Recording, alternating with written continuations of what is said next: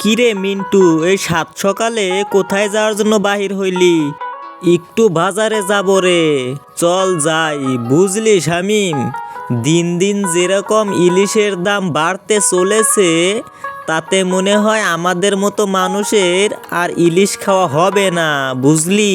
তুই যা বলেছিস, আমার মেয়েটা আজ কতটা দিন ধরে ইলিশ খাইতে চাইতেছে, তারপরেও আমি মেয়েটাকে ইলিশ খাওয়াতে পারতেছি না।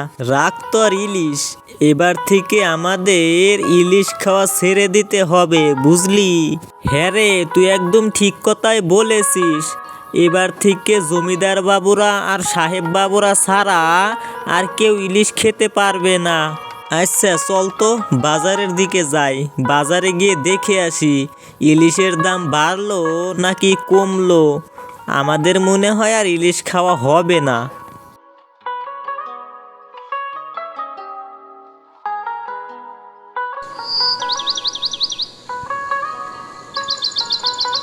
এই যে দাদারা, আসো আসো, আমার কাছে টাটকা টাটকা ইলিশ আছে, দিব নাকি আপনাদেরকে? মাছ তো দিবে দাদা, কিন্তু আগে ইলিশের দাম বলো। ইলিশ কত করে বিক্রি করতেছো? এই যে দেখতেছো, এই বড় ইলিশগুলা 2000 করে, আর এই ছোটগুলা 1500 করে। তা আপনাকে কোনটা দিব দাদা? শুনছিস শুনছিস এই জেলের কথা? আপনি কি আমাদেরকে সাহেব বাবু পেয়েছেন নাকি?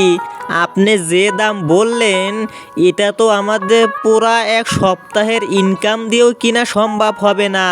তা বলছি দাদা, ইলিশের দামটা কিছু কম করে রাখা যায় না? কম বলতে তা তোমরা কত দিতে চাচ্ছ শুনি দেখি। ধরো যে 6 থেকে 700 টাকার মতন দিলে আমরা মাছটা নিতে পারি। তোমাদের যদি কেনার ইচ্ছা থাকে তাহলে বলো। শুধু শুধু এরকম ফাও দাম করে আমার সময়টা নষ্ট করো না তো দেখি।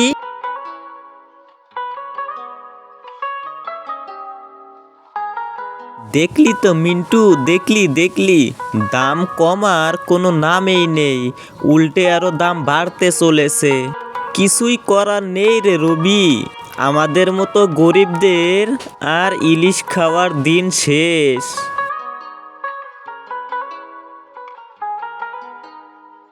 এই যে বাছারা, তোমরা কি বলতে পারো গড়াইমারে যাওয়ার রাস্তাটা কোন দিকে?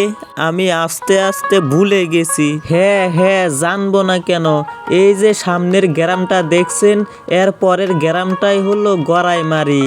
তোমরা খুব উপকার করলে গো আমার। তা তোমাদের বাড়ি কোথায় গো বাছারা? কোথায় গিয়েছিলে? বাবা, আমাদের বাড়ি এই গ্রামেই, গিয়েছিলাম একটু বাজারে। বাজারে গিয়েছিলে? তা খালি হাতে বাড়ি ফিরলে কেন? ও কথা আর বলেন না গো সাধু বাবা, গিয়েছিলাম একটু বাজারে ইলিশ কেনার জন্য। তাই ইলিশের যা দাম বেড়েছে, তাতে মনে হয় আমাদের মতো গরিবদের আর ইলিশ খাওয়া হবে না। চল না মিন্টু, বাড়ির দিকে যাই, অনেক দেরি হয়ে গেল তো। হ্যাঁ হ্যাঁ চল, আমরা তাহলে আসি সাধু বাবা। আচ্ছা ঠিক আছে, যেও, কিন্তু একটু দাঁড়িয়ে যাও, কিচ্ছু কথা আছে তোমাদের সঙ্গে। তা কি কথা বলবেন সাধু বাবা? আরে বৎস, তোদের কষ্টের কথা আমি বুঝতে পেরেছি। আমি তোদেরকে মাছ দিতেছি, এই মাছ দুটা নিয়ে যা, তোরা কাজে আসবে। তা আমরা এই মরা মাছ দিয়ে কি করব সাধু বাবা? তোরা এই মাছ নিয়ে পুকুরে গিয়ে চাষ করবি। কিন্তু সাধু বাবা, এটা তো মরা মাছ, তাতে কোনো সমস্যা নাই, তোরা শুধু পুকুরে ছেড়ে দিবি।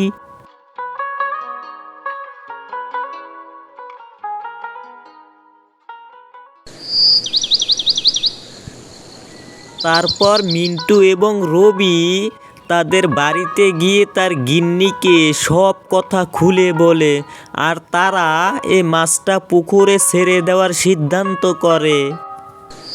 এই তো মাছটা দিলাম ছেড়ে, এই দিলাম মাছটি পুকুরে ছেড়ে। এখন দেখা যায় কি হয়, বুঝলে গিন্নি? ও মা, এ কি কাণ্ড! এ তো দেখি মরা মাছ পানিতে দেওয়ার সঙ্গে সঙ্গে তাজা হলো।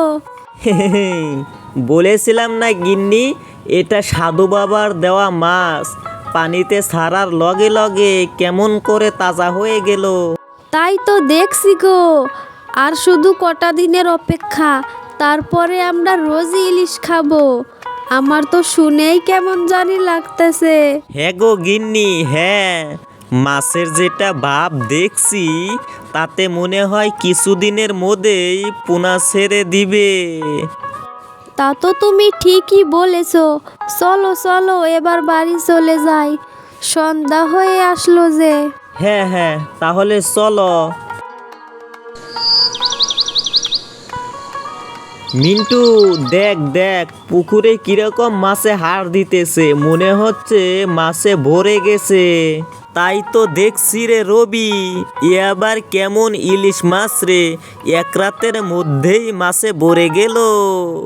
আরে পাগল, এটা কোনো সাধারণ মাছ না, এটা সাধু বাবার দেওয়া মাছ। নিশ্চয় এ মাছের মধ্যে কোনো জাদু আছে, তা না হলে একদিনের মধ্যে এত মাছ হয় কি করে? হ্যাঁ রে, আমাদের পুকুরেও ইলিশ মাছ লাফালাফি করতেছে। হ্যাঁ রে, আমাদের ভাগ্য বুঝি খুলে গেছে। এই মাছ শুধু খেয়ে নয়, বাজারে বিক্রি করেও ফুরানো সম্ভব না। তুই ঠিক কথাই বলেছিস, কাল থেকে আমরাও বাজারে মাছ বিক্রি করব, তা খুবই অল্প দামে, যাতে করে গরিব মানুষেও কিনে খেতে পারে। হ্যাঁ রে, যেভাবে অসৎ জেলেরা বেশি দামে মাছ বিক্রি করতেছে, তাদেরকে উচিত শিক্ষা দিতে হবে।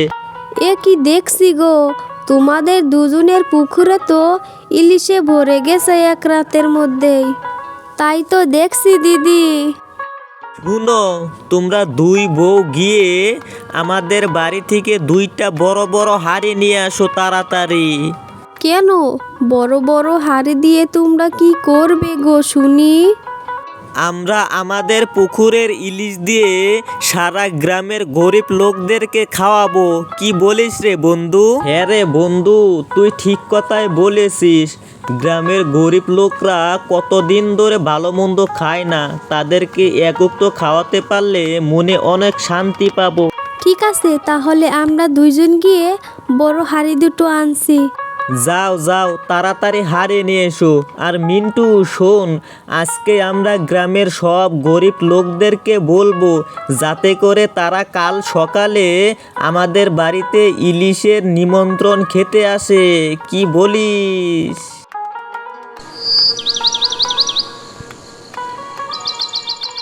খান খান, আপনারা পেট ভরে ইলিশ দিয়ে ভাত খান। আর আজকের পর থেকে আপনারা বাজারে খুবই অল্প দামে ইলিশ পাবেন, আপনারা কিনে খেতে পারবেন।